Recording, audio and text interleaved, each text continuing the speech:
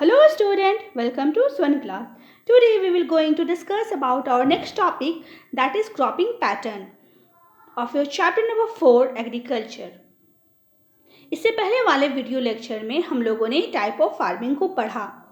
There are 3 type of farming. हम लोगों ने वो वीडियो लेक्चर पूरी तरह से कंप्लीट कर लिया.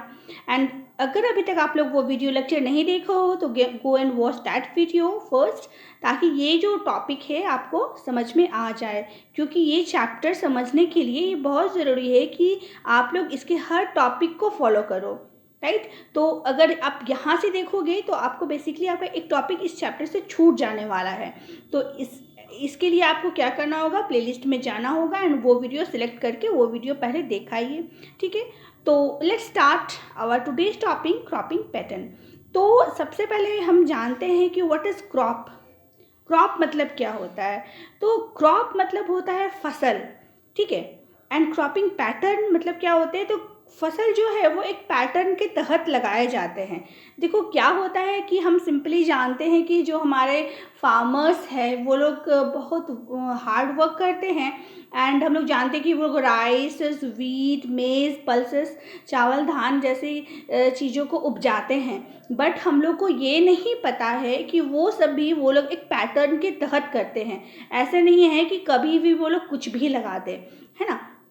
तो वो भी एक पैटर्न के तहत चलता है. मतलब कि हर चीज़ का लगाने का अपना एक अलग अलग समय होता है, एक अलग अलग डिफरेंट टाइम होता है. ठीक है. तो आज हम लोग इस वाले पूरे वीडियो लेक्चर में वही डिफरेंट टाइम को पढ़ेंगे कि पर्टिकुलर जो क्रॉप्स होते हैं तो उसके क्या टाइमिंग होते हैं एंड वो किस समय में कौन से मंथ में बोया जाता है, कौन से मंथ में उसको हम लोग उखाड़ सकते हैं, वो सारा कुछ हम लोग इस वीडियो लेक्चर में पढ़ेंगे. तो पैटर्न इसी को हम लोग बोलते हैं. राइट. तो इसको और डिटेल करेंगे तो आप लोग अच्छे से समझ जाओगे. पूरा वीडियो लेक्चर जब खत्म हो जाएगा आप लोगों को ये पूरा क्लियर हो जाने वाला है. तो सबसे पहले हम लोग उसका थोड़ा डेफिनेशन देख लेते हैं. Cropping pattern refer to the proportion of land under cultivation of different crop at different points of time. देखो क्या होता है इसका मतलब कि एक ही ज़मीन पर अलग अलग फसल लगाना अलग अलग समयों में. राइट. मतलब हम लोग क्या कर रहे हैं क्रॉपिंग पैटर्न में कि ज़मीन का टुकड़ा जो वो सेम है, सेम लैंड है, और हम लोग अलग अलग क्या कर रहे हैं, हम लोग अलग अलग फसल बो रहे हैं अलग अलग समयों पर. उसको हम लोग बोलते हैं क्रॉपिंग पैटर्न. वो जो पैटर्न चला आता है ना, तो उसको हम लोग बोलते हैं क्रॉपिंग पैटर्न. तो हमारे इंडिया में there are 3 type of cropping pattern. ठीक है. जो हमारे इंडिया में ये 3 टाइप का क्रॉपिंग पैटर्न होता है, खरीफ, रबी एंड जैद. ये 3 टाइप का क्रॉपिंग पैटर्न हमारे इंडिया में चला आ रहा है. ठीक है. इसी को हम लोग वन बाय वन डिस्कस करते हैं. सबसे पहले kharif. What is kharif crops. क्या होता है ये खरीफ क्रॉप्स. देखो जो खरीफ क्रॉपिंग का जो सीज़न है, ठीक है, जो खरीफ फसल जब लगाया जाता है वो कब होता है, जब इंडिया में मॉनसून आता है. राइट. मॉनसून आने का मतलब क्या कि जैसे ही मॉनसून यानी कि फर्स्ट वाली बारिश जो होती है उसको ऑन मॉनसून बोला जाता है. मॉनसून आ गया, है ना. जो फर्स्ट वाली बारिश गर्मी, तो अप्रैल मई के बाद जो बहुत गर्मी होती है उसके बाद जो फर्स्ट वाली बारिश होती है ना, उसको हम लोग बोलते हैं मॉनसून आ गया. तो उस समय से स्टार्ट कर दिया जाता है. कब तक होता है और हार्वेस्टेड कब किया जाता है, इन द सितंबर अक्टूबर. ठीक. मतलब कि इसको कब लगाया जाता है, sown in the beginning of the monsoon. ये वो जून या जुलाई का मंथ हो सकता है. हम लोग ये दोनों मंथ को ले सकते हैं, चाहे वो जून हो चाहे वो जुलाई हो. बेसिकली जून ही होता है क्योंकि मई में बहुत ज़्यादा गर्मी पड़ती है, तो जून में सबसे पहले वाली बारिश होती है. तो जैसे ही सबसे पहले बारिश होती है तो जो हमारे फार्मर्स हैं वो क्या करते हैं, वो अपने खरीफ क्रॉप्स को बोने के लिए निकल पड़ते हैं. ठीक. राइट. और उसको वो जो पूरी तरह फसल तैयार होते होते कुछ मंथ लग जाते हैं एंड उसको कब वो हार्वेस्ट करते हैं, तो वो दिया हार्वेस्टेड इन सितंबर टू अक्टूबर. यानी कि अक्टूबर तक वो फसल पूरी तरह से रेडी हो जाता है एंड उसके बाद उसको वहाँ से हार्वेस्ट कर लिया जाता है, उखाड़ लिया जाता है. राइट. तो उस वाले सीज़न के फसल को हम लोग खरीफ क्रॉप्स बोलते हैं और वो जो सीज़न है उसको हम लोग खरीफ सीज़न बोलते हैं. अब उसमें अब बात है कि कौन कौन से क्रॉप जो है वो इस मॉनसून किसके समय में होते हैं, उसका नाम क्या क्या है. तो उस क्रॉप्स का नाम है राइस, चावल. देखे होंगे आप लोग अभी के टाइम में राइस बहुत ज़्यादा, मतलब जून जुलाई जब आता है तो मतलब कि खेतों में लोग ऐसे बहुत ज़्यादा ये राइस वगैरह उसका जो फसल वो लगाते हैं. ज्वार हो गया आपका, बाजरा, पल्सेस, में दाल, कुछ कोई सा भी दाल है, तुअर दाल, आपका मूंग दाल, आपका कुछ भी दाल हो, हर पल्सेस मतलब क्या है वो आपका खरीफ है। पैडी मतलब धान, मकई, कॉटन, ग्राउंडनट, बादाम, जो सोयाबीन, ये सारा जो ये आपका क्रॉप्स है वो सब कब बोया जाता है, वो आपका खरीफ सीजन में बोया जाता है, राइट। याद रहेगा नेम कौन कौन से, राइस, ज्वार, बाजरा, पल्सेस, पैडी, मेज, कॉटन, ग्राउंडनट, सोयाबीन, ये सारा आपके कब बोए जाते हैं, खरीफ सीजन में बोए जाते हैं। तो देखो ये सब जो खरीफ सीजन है, खरीफ क्रॉप्स है, तो ये शुरुआत ही कहाँ से हो रही है, ऑब्वियसली ये बारिश के दिनों में ही शुरुआत हो रही है, क्योंकि हम लोगों ने पढ़ा क्या कि हम तब से उसको लगाना स्टार्ट करते हैं जब से मानसून आ जाता है, यानी कि मानसून की पहली बारिश है। उधर मानसून की पहली बारिश हुई, इधर किसान अपने ये सब लगाने के लिए खेतों में निकल पड़े। तो इसीलिए जाहिर सी बात है कि दे रिक्वायर्ड गुड रेनफॉल, उसे ये जो फसल होगी जब ये बारिश में ही लग रही है तो ये इनको बहुत अच्छे रेनफॉल चाहिए होंगे, इनको मतलब वाटर पूरा भरपूर मात्रा में चाहिए। ये जो फसल है इनको उपजने के लिए पूरे भरपूर मात्रा में वाटर चाहिए। The output of this crops depends upon the time and amount of rain of water, जो इसका आउटपुट है, यानी कि फसल कैसा हुआ, अच्छा हुआ, नहीं हुआ। और कभी कभी होता है ना कि किसी किसी समय में एकदम सूखा पड़ जाता है, मतलब पहली बारिश हुई उसके बाद से क्या हुआ कि बारिश ही नहीं होने लगता है, तो उस टाइम फसल उगता ही नहीं है, बहुत कम मात्रा में प्रोड्यूस होता है। तो वो मैटर करता है कि उस साल की मतलब उस साल की बारिश कितनी हो रही है, ये मैटर करता है खरीफ क्रॉप्स में, ठीक है, कि उस साल कितनी मात्रा में बारिश हुई। अगर अच्छी बारिश होती है तो कहा जाता है कि फसल इस साल बहुत अच्छा होने वाला है। अगर बारिश कम होती है तो किसान भाई लोग फिर मतलब बोलते हैं कि इस साल उतनी फसल नहीं होगी। ठीक है, तो ये मैटर करता है, खरीफ क्रॉप जो है ये किस में डिपेंड करता है, depend on the amount of rain water. ठीक, अब हम लोग बात करते हैं कि कौन कौन से स्टेट जो है वो खरीफ क्रॉप्स में आगे है। ठीक है, कौन कौन से हैं आप देख सकते हो, नेम यहाँ मैंने लिखा हुआ है, असम, वेस्ट बंगाल, उड़ीसा, तमिलनाडु, महाराष्ट्र, केरल, उत्तर प्रदेश एंड बिहार। इसमें आपके राइस बहुत ज़्यादा होते हैं। एंड पंजाब, हरियाणा, असम, वेस्ट बंगाल में आपके पैडी यानी कि धान की खेती बहुत ज़्यादा होती है। ठीक है, ये इस तरह से वर्क करता है खरीफ क्रॉप्स। ठीक है, खरीफ क्रॉप्स में आता है कौन कौन सा आ गया आपका, चावल, धान, ज्वार, बाजरा, pulses, paddy, cotton, groundnut, soybean, ये सारा आपका इंपॉर्टेंट क्रॉप्स है जो कब होते हैं, खरीफ सीजन में होते हैं। खरीफ क्रॉप्स इनको बोला जाता है। खरीफ सीजन कब होता है, जैसे ही मानसून की बारिश होती है वो खरीफ सीजन का स्टार्टिंग होता है। एंड फसल हार्वेस्टिंग का टाइम होता है आपका सितंबर to October.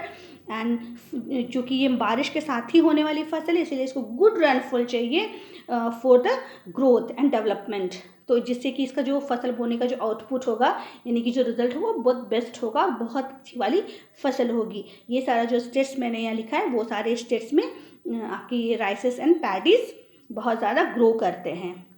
Okay, they are the most important region of rice and paddy growing. ठीक, अब हम लोग बात करते हैं रबी क्रॉप्स की। खरीफ की तो हम लोगों ने पढ़ाई कर ली।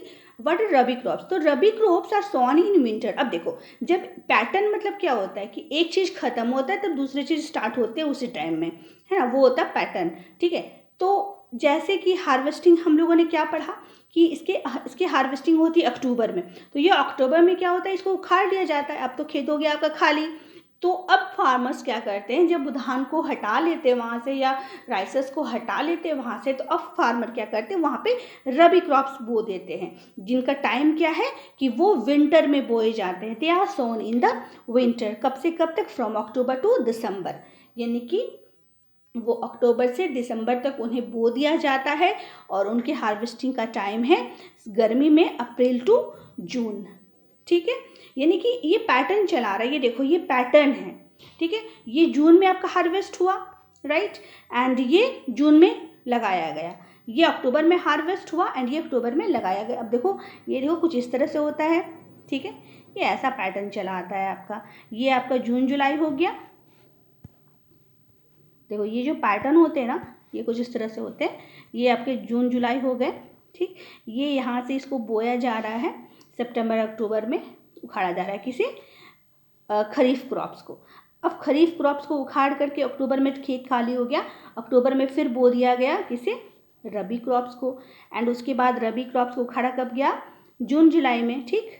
तो ये आपका पैटर्न, बस इसी तरह से ये पैटर्न चला आता है। जब ये उखड़ता है तो ये बोया जाता है, ये उखड़ता है तो ये बोया जाता है। बस यही सेम पैटर्न आपके फार्मर्स यूज़ करते हैं to produce the crops. Okay, तो यही एक पैटर्न होता है। एंड जायद भी है इसमें, वो कहाँ है वो भी अभी हम लोग डिस्कस करेंगे। अब हम लोग इसके मेन जो क्रॉप्स है रबी के उसको डिस्कस कर लेते हैं। हम लोगों ने क्या देखा कि रबी क्रॉप्स जो है वो विंटर में बोया जाता है, जस्ट खरीफ क्रॉप्स के हार्वेस्टिंग के बाद from October to December, and harvest किया जाता है from April to June, just kharif crops के सोन से पहले, ठीक।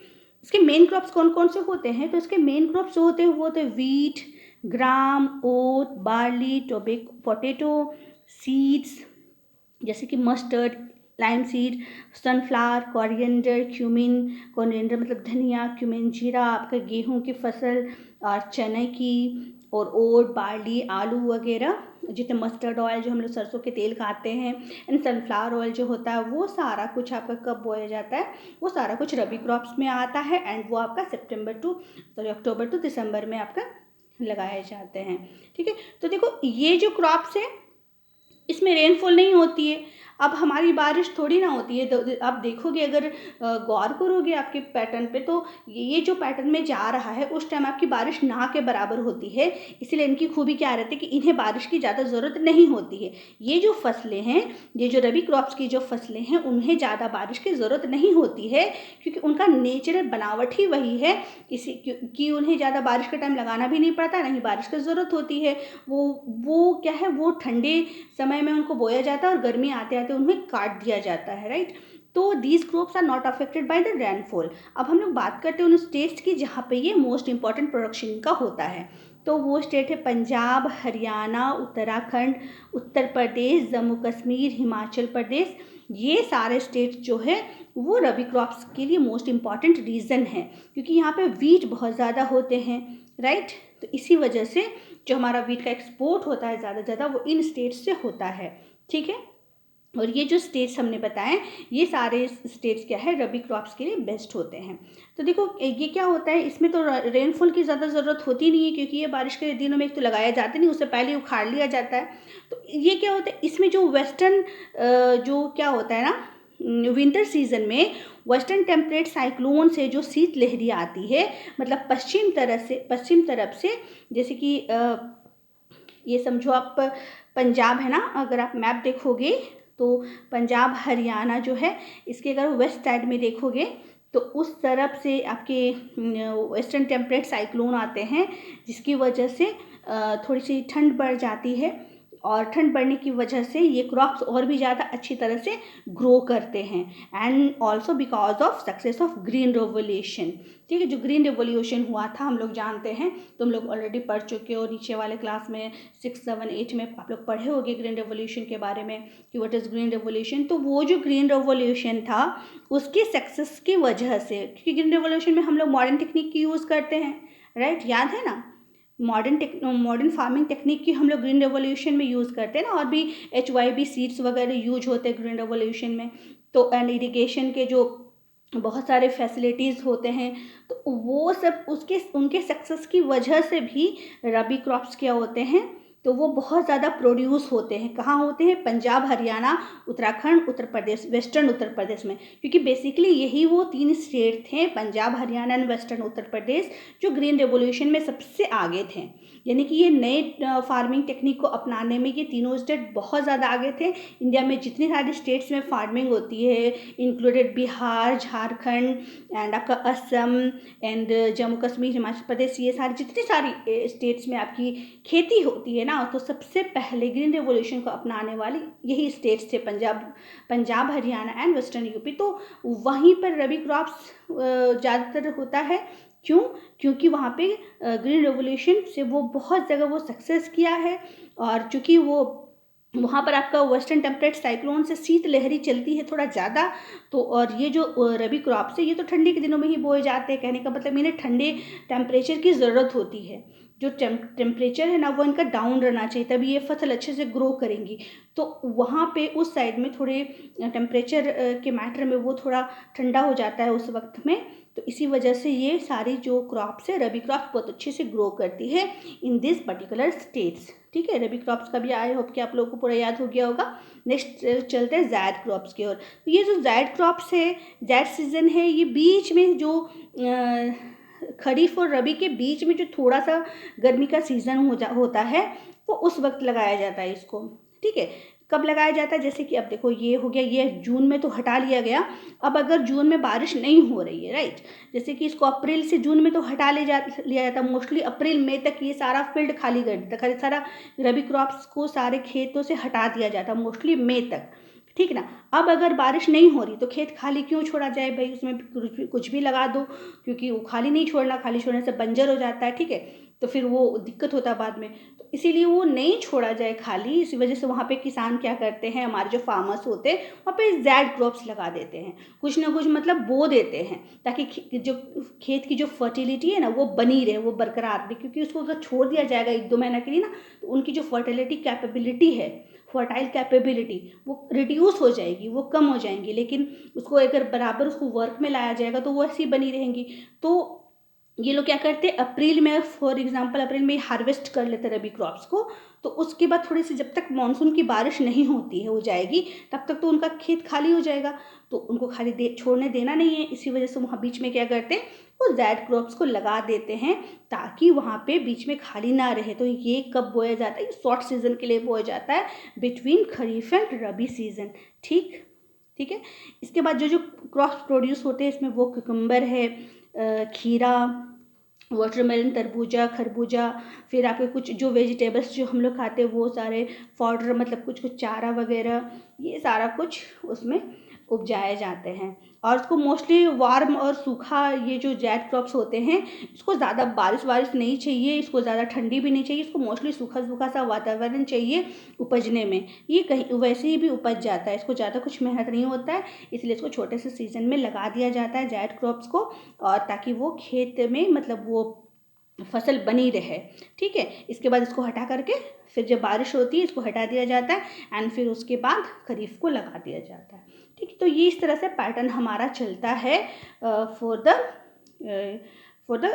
ये फार्मिंग। ठीक है, फार्म लोग यही सारे पैटर्न को अपनाते हैं फॉर द फार्मिंग। ये सारे क्रॉपिंग का पैटर्न इसी तरह से होता है, पहले खरीफ, फिर आपका रबी, फिर आपका ज़ैद।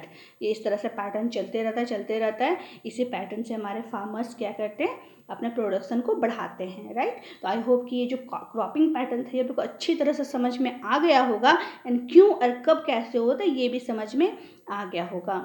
सो if you like my video then subscribe my channel. Thank you for watching.